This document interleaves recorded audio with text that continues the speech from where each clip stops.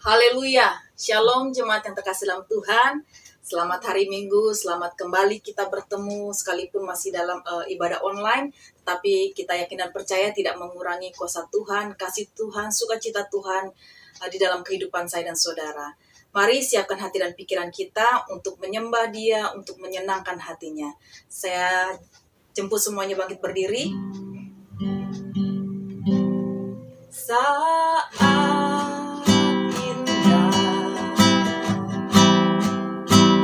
berhadapan denganmu, memandang wajahmu, Yesus kekasih jiwaku.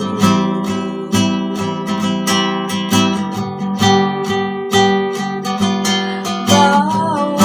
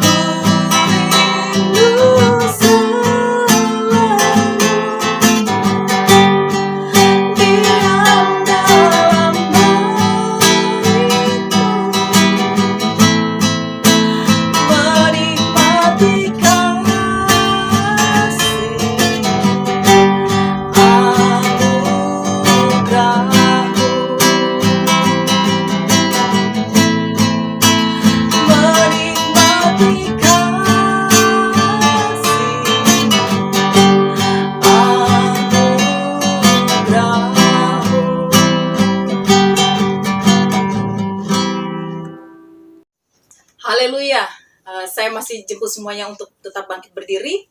Kita angkat satu pujian. Dialah segalanya, Dia bagiku. Dialah segalanya, besar kecil. Korbankan dirinya dan selamatkanku. Dialah segalanya, Dia bagiku. Dialah segalanya, Dia bagiku. Dialah segalanya, besar kecil. Korbankan dirinya dan selamatkanku. Dialah segalanya, Dia bagiku.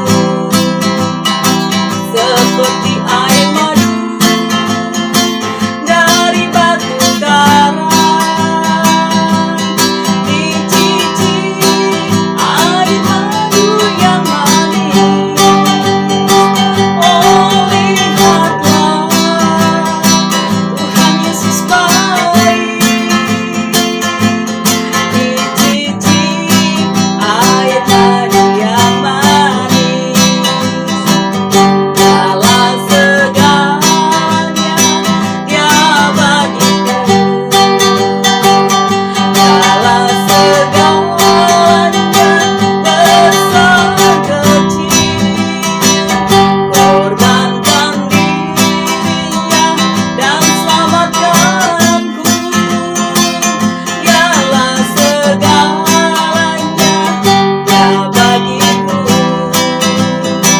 Seperti air madu dari batu karang, dicicip air madu yang manis. Oh, lihatlah, Tuhan Yesus baik. Dicicip air madu yang manis. Seperti air madu dari batu karang, dicicip air madu yang manis. Oh, lihatlah, Tuhan Yesus baik.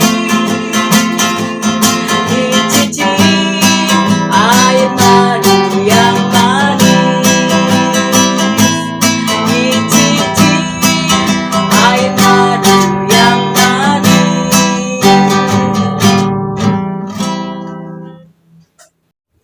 Saatnya kita akan mendengarkan firman Tuhan.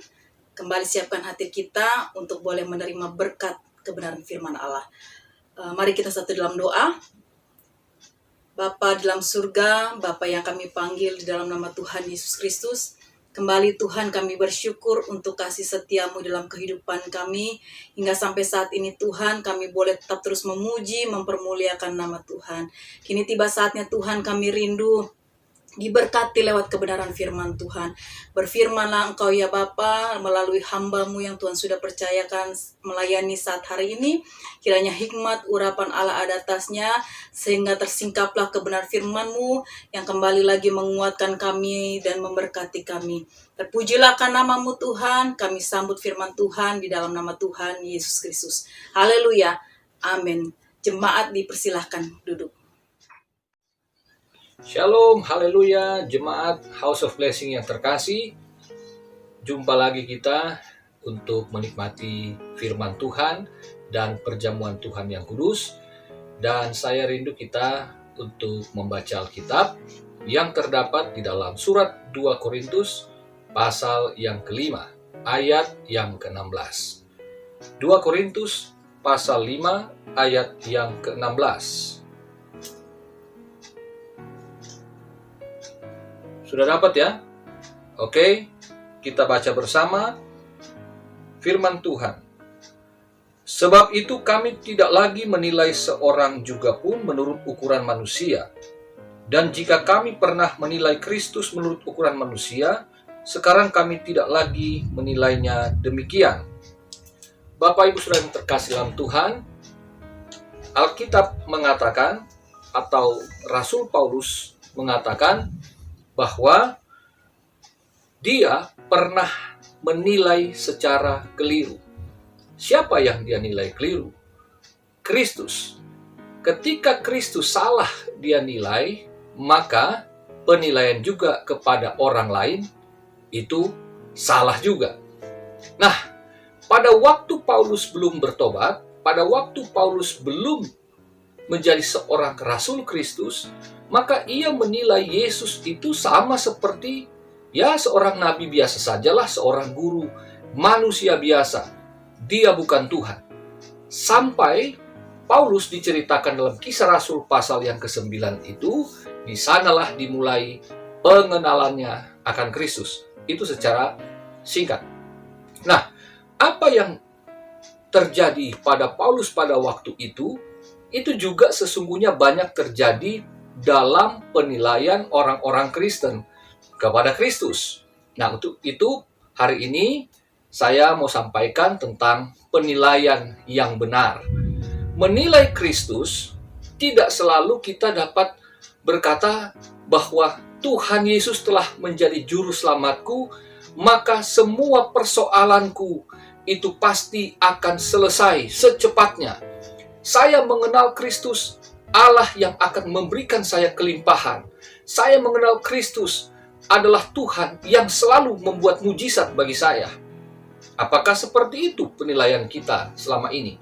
Bapak Ibu terkasih dalam Tuhan, bahwa seringkali kita salah menilai, bahwa kita menilai Kristus hanya soal-soal yang berkenaan dengan kepentingan kita.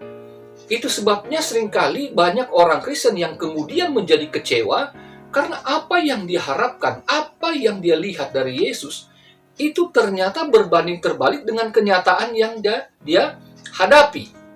Itu sebabnya saya sampaikan dalam renungan singkat yang 1 menit, dan juga yang di Spotify, renungan 1 menit itu di YouTube ya. Itu saya sampaikan di sana bahwa ada banyak orang yang mau ikut Yesus, tetapi mereka salah menilai. Ingin ikut karena ada alasan yang berkepentingan tentang dirinya sendiri, tentang kepentingan dirinya. Nah, untuk itu bagaimana kita dapat menilai Kristus dengan benar sebagai orang Kristen menghadapi situasi seperti sekarang ini, dan bagaimana akhirnya kita dapat menilai orang lain juga dengan benar?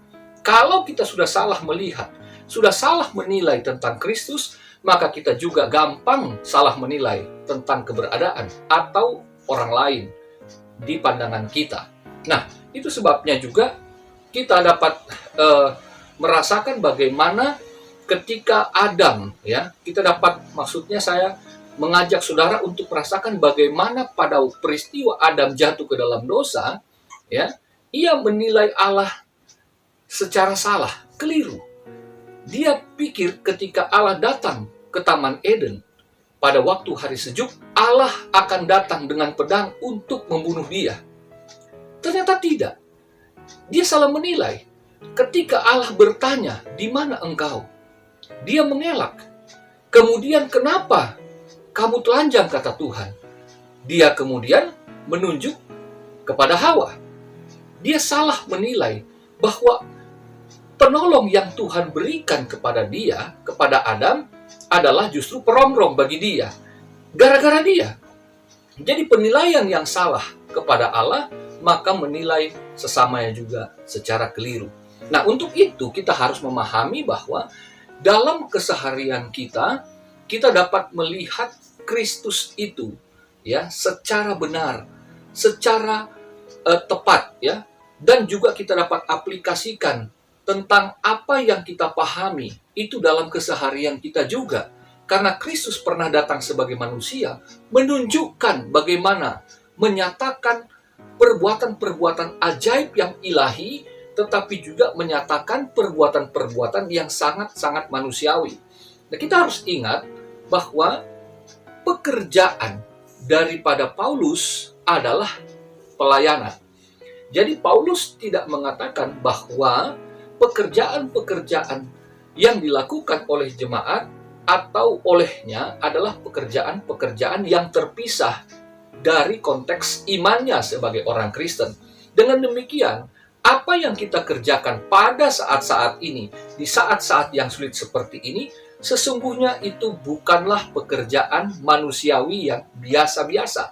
Tetapi kita percaya, ketika kita mengenal Kristus dengan benar, maka kita tahu kita adalah milik Kristus, diri kita milik Kristus, dan berarti kehidupan kita juga adalah milik Kristus, termasuk pekerjaan-pekerjaan yang saat ini sedang kita jalani, itu juga adalah milik Kristus. Dengan demikian, pekerjaan yang dimaksudkan di dalam Alkitab adalah pelayanan. Nah, Bapak Ibu Saudara yang terkasih dalam Tuhan, bagaimana kita dapat menilai dengan benar pada Kristus dan akhirnya pada sesama kita melalui pelayanan-pelayanan kita dalam keseharian? Karena di sini Paulus menulis tentang pelayanannya di hadapan Tuhan dan di hadapan jemaat. Karena banyak yang mempertanyakan, orang Korintus itu sangat kritis. Mereka mempertanyakan kesahihan kerasulan daripada Paulus, dan ia menyatakan di sini bukan untuk membela diri, tetapi untuk menunjukkan bukti-bukti bahwa benar dia adalah rasul yang dipilih oleh Tuhan. Nah, untuk memahami ini, saya memberikan 3 poin. Bagaimana kita dapat menilai dengan benar? Yang pertama, kita memiliki motivasi yang benar. Kita memiliki motivasi yang benar, yaitu takut akan Tuhan. Takut akan Tuhan ini yang memotivasi kita, ya, yang menjadi dasar daripada motivasi kita bekerja, motivasi kita melayani. Bapak Ibu Saudara yang terkasih dalam Tuhan, ingat, sebuah pelayanan itu bukan terbatas pada gedung gereja atau dalam ibadat-ibadat yang diselenggarakan di gereja-gereja lokal kita. Tetapi setiap pelayanan yang kita lakukan saat-saat ini di rumah, dalam rumah tangga, ataupun di tempat-tempat bekerja di kantor, di tempat-tempat usaha lainnya yang di luar, semua itu dalam rangka kita melayani Tuhan. Karena kita, anak-anak Tuhan, adalah para pelayan Tuhan dalam bidang kita masing-masing. Berbeda memang dengan pelayan-pelayan di dalam gereja. Tetapi pada hakikatnya, kita semua orang Kristen adalah pelayan Kristus dalam dunia kerja kita masing-masing. Nah, kalau kita takut akan Tuhan sebagai dasar pelayanan kita, maka kita nggak punya motivasi yang berlebihan. Seperti Paulus, dia bukan untuk cari pujian dari manusia, tetapi ia karena takut akan Tuhan. Takut akan Tuhan di sini harus dibedakan, ya. Takut kepada Tuhan seperti Adam karena dia telah berbuat dosa, dengan takut akan Tuhan, ya, dari Adam ketika ia belum jatuh ke dalam dosa. Jadi dalam bentuk penghormatan, dalam bentuk respect, ya, kepada Tuhan, itu betul-betul murni sebagaimana Adam waktu belum jatuh dalam dosa. Jadi waktu kita bekerja dengan takut akan Tuhan, di ayat yang ke-11, tadi saya lupa sampaikan, di ayat yang ke-11 dikatakan, kami tahu apa artinya takut akan Tuhan. Karena itu kami berusaha meyakinkan orang, bagi Allah hati kami nyata dengan terang, dan aku harap hati kami nyata juga demikian bagi pertimbangan kamu. Jadi di sini, ya, Paulus dan kawan-kawan mereka bisa all out dalam pelayanan karena mereka punya motivasi yang benar, dilandasi dengan takut akan Tuhan. Itu dulu. Jadi ketika mereka dalam rangka karena mereka melayani, untuk melayani Tuhan dalam takut akan Dia, maka segala pelayanan mereka itu berjalan mengalir dari kehidupan mereka dengan penuh sukacita, meskipun di dalamnya ada begitu banyak tantangan. Nah, Bapak Ibu Saudara yang terkasih dalam Tuhan, dalam rumah kita mungkin suami istri saling melayani saat-saat ini karena nggak bisa kemana-mana, ya, khususnya jemaat House of Blessing yang di rumah, para orang tua, suami istri, opa, oma saling melayani. Kan tidak ada motivasi. Kalau Opa Heri melayani Oma Trace, lalu Opa Heri menuntut pujian, saya sudah berbuat yang terbaik loh. Atau Oma Trace sebaliknya, tidak, bukan? Atau Tante Lince sudah melayani anak-anak, kemudian menuntut puji-pujian dari mereka. Ayo, Mama sudah melakukan sesuatu yang besar di rumah ini, ayo kalian apresiasinya mana? Tentu tidak seperti itu. Itu motivasi yang sebetulnya kita harus ingat bahwa ini semua dalam rangka kita melayani Tuhan. Takut akan Tuhan berarti di dalamnya adalah kita melayani dengan penuh tanggung jawab dan dengan penuh atau segenap kekuatan kita. Jadi, apapun yang kita kerjakan hari-hari ini di rumah, atau yang sudah bekerja juga di kantor, maka percayalah, takut akan Tuhan itu akan memurnikan hati kita di dalam melayani. Jadi kita nggak akan bersungut-sungut. Meskipun harus jujur, kondisi keuangan mungkin gaji Anda, gaji saudara, anak-anak atau cucu saudara, itu terpotong atau tidak full, tidak dapat bonus seperti biasanya. Orang-orang tua juga di rumah tidak mendapatkan jaminan atau tunjangan dari anak-anak seperti biasanya. Tetapi karena motivasi yang benar dalam rangka melayani Tuhan, takut akan Tuhan itulah, hormat akan Tuhan itulah yang membuat kita tetap akan terus melayani Tuhan. Haleluya. Saya melayani untuk siaran-siaran renungan-renungan firman Tuhan, semuanya saya lakukan all out. Saya nggak mengenal waktu, mau pagi, siang, malam, dan lihat juga yang mengedit dan mengupload ini sampai begadang, sampai subuh. Ya, Bapak Evangelis Vernon itu saksinya bagaimana sampai tengah malam, termasuk siaran rekaman pada hari ini kami lakukan sudah mendekati jam 12 malam, Bapak Ibu. Jadi kami all out karena kami tahu bahwa yang kami lakukan adalah untuk melayani Tuhan, bukan untuk kepujian kami. Kalau ada peningkatan juga di YouTube, subscriber, penontonnya, itu bukan untuk kami, tetapi untuk jemaat, baik jemaat House of Blessing yang hanya hitungan jari, tidak terlalu banyak, hanya beberapa puluh orang, tetapi ternyata di luar sana ada ribuan, puluhan, bahkan ratusan ribu penonton siaran kita. Ya, bagaimana Tuhan meluaskan pelayanan kita untuk menjangkau banyak orang.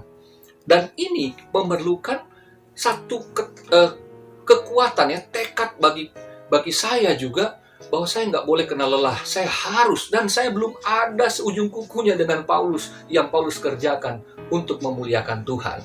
Yang kedua, ya, kita bisa mempunyai penilaian yang benar kepada Kristus dan sesama kita, karena kita memiliki kasih Kristus. Di ayat yang ke-14 dan 15, sebab kasih Kristus yang menguasai kami, karena kami telah mengerti bahwa jika satu orang sudah mati untuk semua orang, maka mereka semua sudah mati.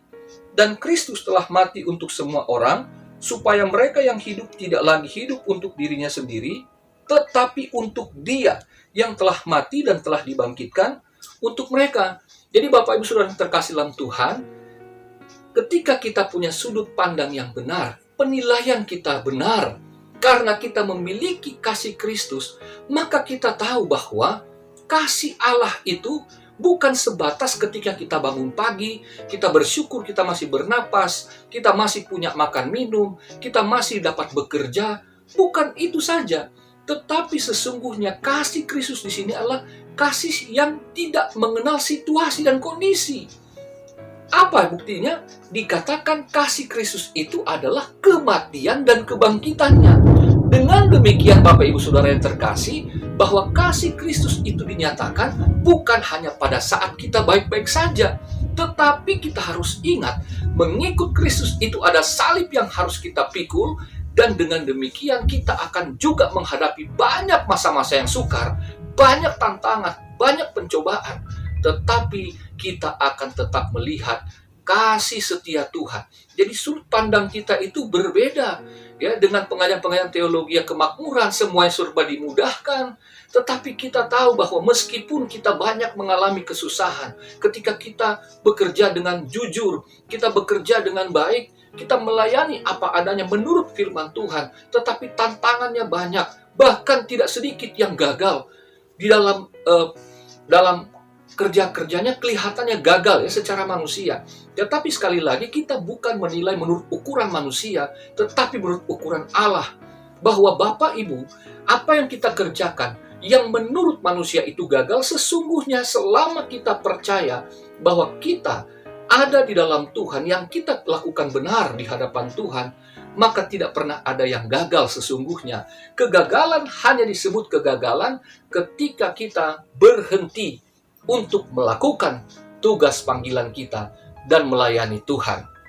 Jadi, kalau ada istri melihat suaminya sudah bekerja keras, ada proyek ini itu belum juga tembus-tembus, ya sudah berusaha semaksimal mungkin, gagal di ujung, ada kerjaan-kerjaan, bisnis-bisnis apapun yang dikerjakan, itu bukan berarti gagal.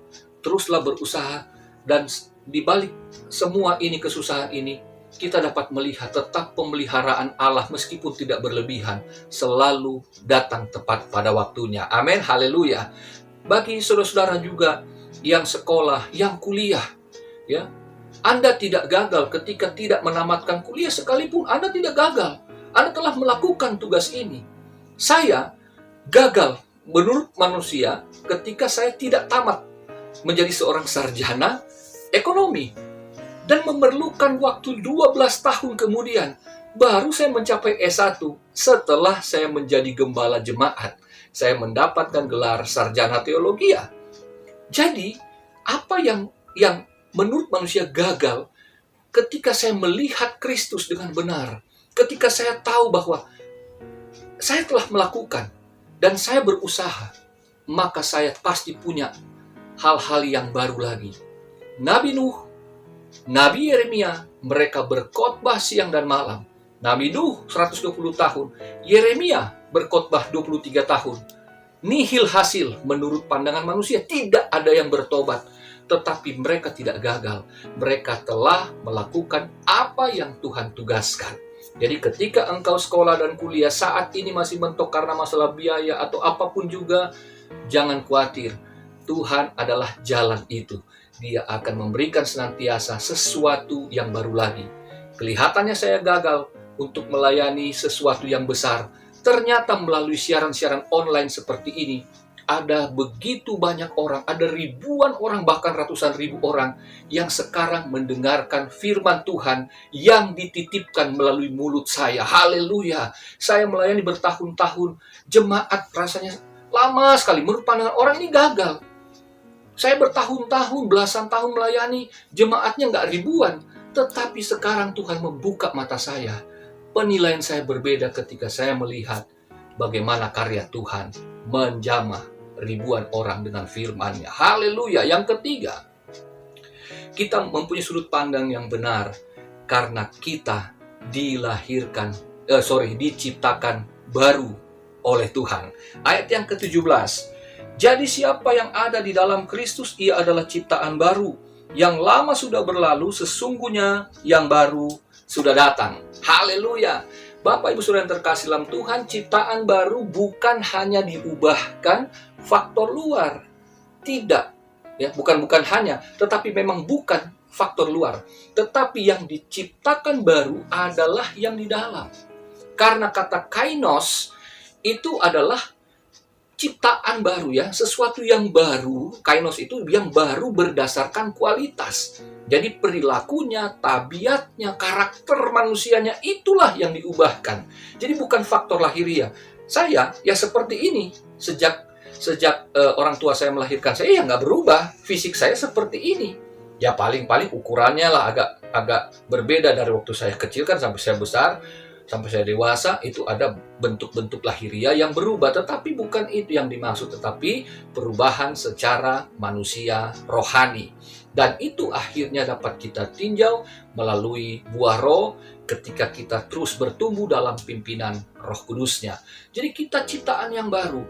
Hanya menjadi ciptaan yang baru, itulah kita dapat melihat Kristus dari perspektif yang berbeda. Seperti daripada yang biasa kita nilai menurut ukuran manusia.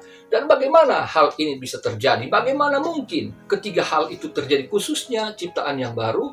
Hanya Allah yang telah menyelamatkan kita di dalam Kristus. Itulah pendamaian melalui Kristus, itulah yang segala sesuatu tadinya mustahil sekarang menjadi mungkin.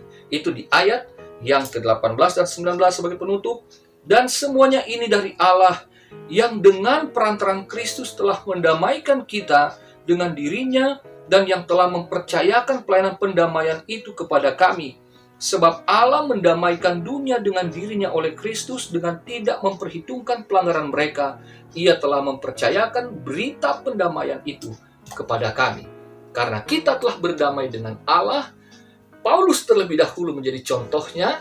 Ia telah mengerti dan melihat dari sudut pandang yang berbeda. Penilaiannya akan Kristus itu berbeda. Ia menjadi pribadi yang mengenal Kristus secara radikal dan cara melayaninya pun berbeda. Sebagaimana kita juga hari-hari ini, ingat, tidak berubah kasih setia Tuhan dalam hidup kita. Karena apa yang Dia lakukan dalam hidup kita yang terbesar dan yang terbaik itu, yaitu mati dan bangkit dan memperdamaikan kita dengan Allah, memberikan kita hidup yang baru. Maka kita sesungguhnya meskipun banyak penderitaan, tetapi kita aman di dalam perlindungan kasih-Nya. Terus semangat melayani dan jangan patah semangat. Ada Tuhan yang senantiasa mendampingi kita siang dan malam karena perjanjiannya kekal dan tidak akan pernah dibatalkan. Karena peristiwa penyaliban dan kebangkitan Kristus terjadi sekali dan untuk selamanya. Haleluya! Puji Tuhan. Bapak Ibu Saudara yang terkasih dalam Tuhan, setelah kita mendengarkan firman Tuhan, saatnya kita akan masuk di dalam perjamuan Tuhan, perjamuan Asa yang kudus, di mana kita akan menikmati roti dan anggur, lambang persekutuan kita dengan tubuh dan darah Kristus. Bapak Ibu, apapun yang Bapak Ibu punya, karena situasi dan kondisi, maka itu tidak mengurangi hakikat kita di dalam menghormati dan menghayati daripada makna daripada perjamuan Tuhan ini.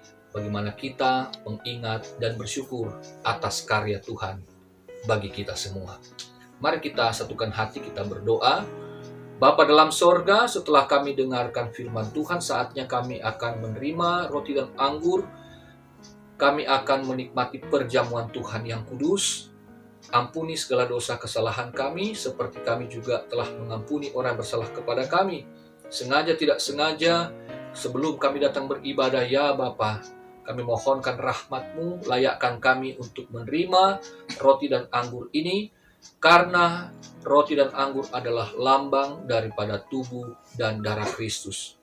Layakkan kami untuk menerimanya, sehingga hal ini, makan dan minum ini, bukan sekedar untuk satu rutinitas liturgi, tetapi betul-betul adalah perenungan dan penghormatan dan pengucapan syukur atas karunia Tuhan, atas kasih Tuhan bagi kami yang berdosa, dan kami telah menerima keselamatan daripada Allah di dalam Kristus Yesus Tuhan Juru Selamat kami.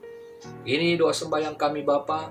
Berkatilah roti dan anggur ini, berkatilah roti dan anggur yang ada juga di rumah-rumah jemaat masing-masing.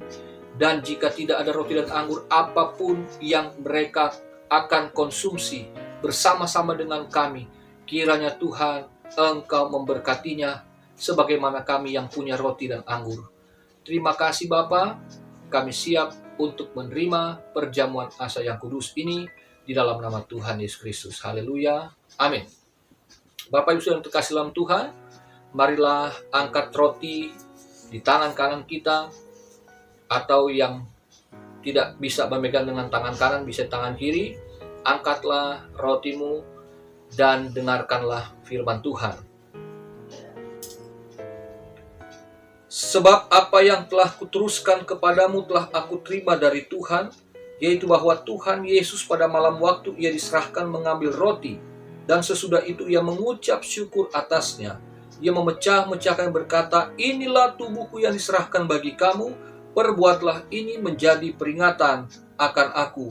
Bapak Ibu Saudara yang terkasih dalam Tuhan, inilah roti, lambang tubuh Kristus, yang oleh bilurnya kita yang sakit telah disembuhkan, dan oleh tubuh Kristus kita yang berbeda-beda telah dipersatukan di dalam kasih sayangnya.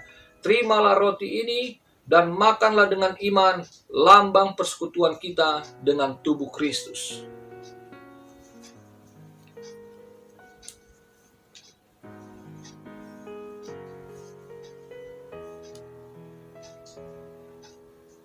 Haleluya, terima kasih Tuhan. Terima kasih Tuhan Yesus, terima kasih. Bapak Ibu Saudara terkasih dalam Tuhan, angkatlah cawan anggurmu dan dengarkan firman Tuhan. Demikian juga yang mengambil cawan sesudah makan lalu berkata, cawan ini adalah perjanjian baru yang dimateraikan oleh darahku. Perbuatlah ini setiap kali kamu minumnya menjadi peringatan akan aku. Sebab setiap kali kamu makan roti ini dan minum cawan ini, kamu memberitakan kematian Tuhan sampai Ia datang. Bapak Ibu Saudara yang terkasih dalam Tuhan, marilah kita minum anggur ini, lambang darah Kristus yang telah mengampuni kita dari dosa dan melayakkan kita untuk bersekutu dengan Allah Bapa dan untuk menerima segala berkat-Nya. Marilah kita minum dengan iman di dalam nama Tuhan Yesus Kristus. Haleluya, haleluya, haleluya. Terima kasih Bapa. Terima kasih Tuhan atas karya-Mu yang ajaib. Terima kasih kami mengucap syukur. Kami telah menerima tubuh dan darah Kristus, di mana kami mengingat akan segala perbuatan baiknya Tuhan yang tidak akan pernah dapat kami balas. Tapi dengan mengucap syukur, berterima kasih atas karya salib-Mu, maka kami juga menerima segala anugerah dan cinta kasih sayang dari sorga. Terpuji nama Tuhan, kami telah menerimanya dengan ucapan syukur, dan kami alaskan di dalam nama Tuhan Yesus Kristus. Haleluya, amin. Haleluya. Kita sudah mendengar firman Tuhan dan juga sudah menerima perjamuan Tuhan. Saya yakin dan percaya hari ini kita anak-anak yang diberkati luar biasa oleh karena Tuhan. Haleluya, puji Tuhan. Saatnya kita mau bersyafaat dan akan menerima doa berkat. Kita angkat pujian. Terima kasih Yesus. Terima kasih Yesus. Ku bersyukur hanya bagimu, ya Allahku, ya Tuhanku. Terima kasih Yesus. Terima kasih Yesus. Ku bersyukur hanya bagimu. Terima kasih Yesus. Ku bersyukur hanya bagimu. Terima kasih Yesus. Selamat kita beribadah, selamat menikmati kebenaran firman Tuhan, dan kita juga sudah menjalankan perjamuan Tuhan dalam ibadah ini. Saatnya kita akan berdoa syafaat.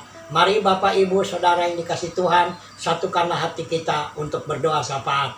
Bapa dalam sorga, terima kasih Tuhan Yesus atas kebenaran firman Tuhan, atas perjamuan Tuhan yang sudah kami terima dalam ibadah ini. Tuhan berkati hamba-Mu, Bapak Gembala yang sudah berhenti berbicara, berkati Ibu Gembala, bahkan anak-anak sekeluarga Gembala diberkati, terlebih pelayanan Bapak Gembala sekeluarga diberkati oleh Tuhan. Bapa dalam sorga, kami mau berdoa Tuhan buat jemaat-Mu, Gereja GPD Hope. Mari Tuhan, Engkau tolong memberkati kami semua yang saat ini berada di rumah masing-masing, sedang mengikuti ibadah online. Tuhan memberkati keluarga Tante Lince Sarayar, Tuhan memberkati Opa Heri Kulit sekeluarga. Tuhan juga memberkati Jeffrey sekeluarga. Bahkan Tuhan kami berdoa juga Tuhan buat Ibu Jakaria di Jakarta Cilandak sekeluarga. Juga dengan Oma Wise dan Muni di BSD sekeluarga. Bahkan juga Tuhan kami berdoa untuk Tante Mona sekeluarga di Jombang. Juga dengan Ibu Mary dan Ibu Nona di Ceger sekeluarga. Juga Tuhan kami berdoa buat keluarga Tante Oli sekeluarga di Bali, bahkan juga Ibu Cherry dan Pak Victor di Amsterdam, Belanda. Tuhan berkati kami semua jemaat-Mu.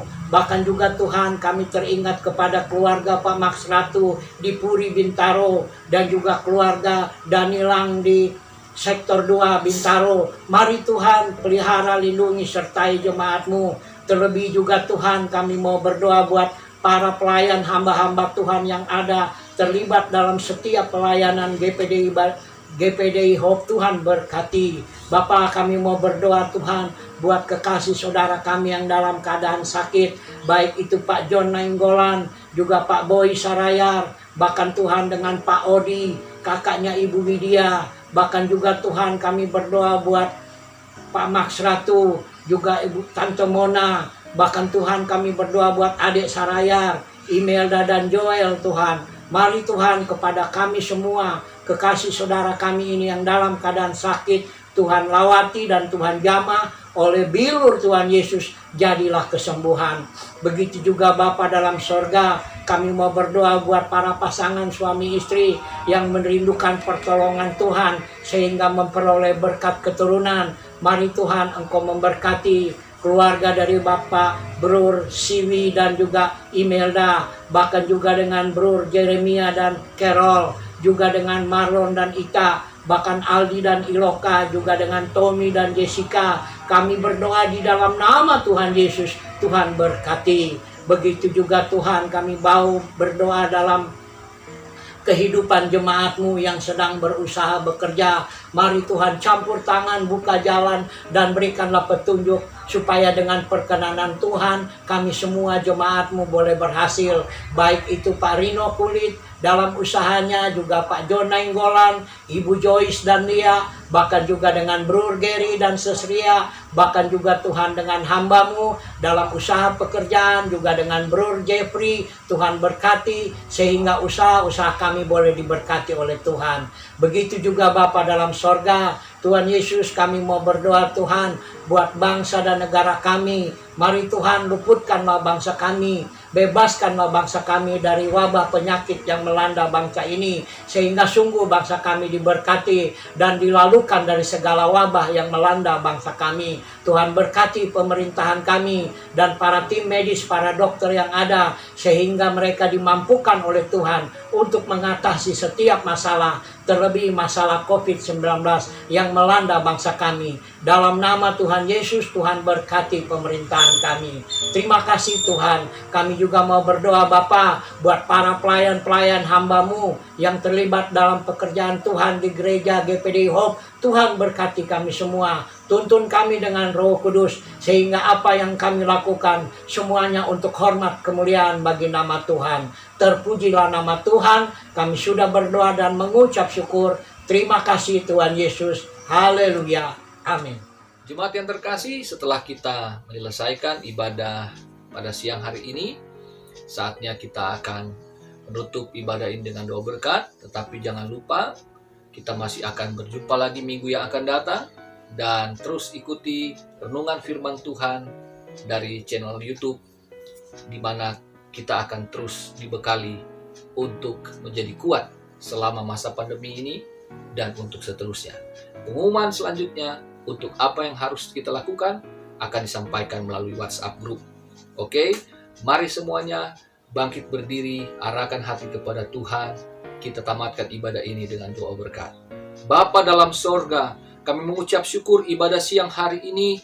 Roh Kudus-Mu telah memimpin dari awal hingga akhirnya. Dan kiranya Tuhan, Engkau yang dipermuliakan, Engkau yang diagungkan lewat ibadah online ini. Bapa, kami datang kepadamu, baik yang sehat ataupun yang sakit di rumah kami, bahkan yang mungkin ada di rumah sakit atau sedang ada di dalam perawatan. Tuhan tolong agar Tuhan semua jemaat-Mu yang saat ini mendengarkan firman Tuhan, menerima perjamuan Tuhan, dan mendengarkan doa-doa yang dinaikkan kepadamu, semuanya turut untuk bersyukur atas apapun yang terjadi, karena Tuhan tidak pernah meninggalkan kami. Bapa, terimalah pujian penyembahan kami, yang terbaik kami berikan dalam keterbatasan, tapi kami rindu untuk selalu bersekutu dengan Tuhan dan dengan jemaat-Mu meskipun via online.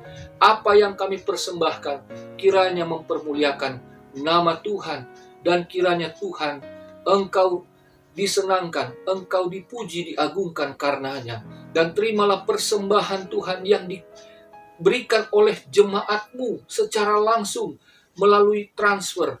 Tuhan, baik itu persepuluhan ataupun persembahan kasih melalui kami Tuhan sebagai gembala. Tuhan, terimalah semuanya ini, dan Tuhan balas memberkati sesuai dengan kasih karunia-Mu yang melimpah.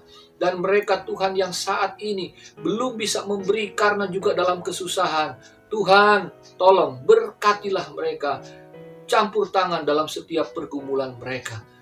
Sebagaimana Tuhan kami memulai ibadah ini dengan tidak kurang satu apapun. Sebentar setelah selesai ibadah ini, kami beraktivitas sepanjang minggu ke depan. Tuhan, kami mohonkan pertolongan, penyertaan, dan berkat-Mu agar jemaat-Mu tetap terpelihara dan diberkati untuk juga menjadi berkat bagi orang lain. Dan kami menutup ibadah ini penuh dengan ucapan syukur, dan kami akan bertemu lagi minggu yang akan datang di dalam nama Tuhan Yesus Kristus. Bapak, Ibu, Saudara sekalian, mari angkatlah tanganmu dan terimalah berkat-Nya. Bapak, Ibu, Saudara yang terkasih dalam Tuhan, terimalah berkat dan anugerah dari Allah Bapa, cinta dan kasih sayang daripada Yesus Kristus Tuhan dan Juru Selamat kita, dengan persekutuan bersama dengan Allah Roh Kudus yang menyertai kita mulai hari ini, besok, sampai selama-lamanya, sampai Tuhan Yesus datang kembali. Terimalah berkat ini, jadi dalam imanmu, berkat dalam nama Tuhan Yesus Kristus. Semua yang percaya bersama katakan, amin. Selamat siang, Tuhan Yesus memberkati.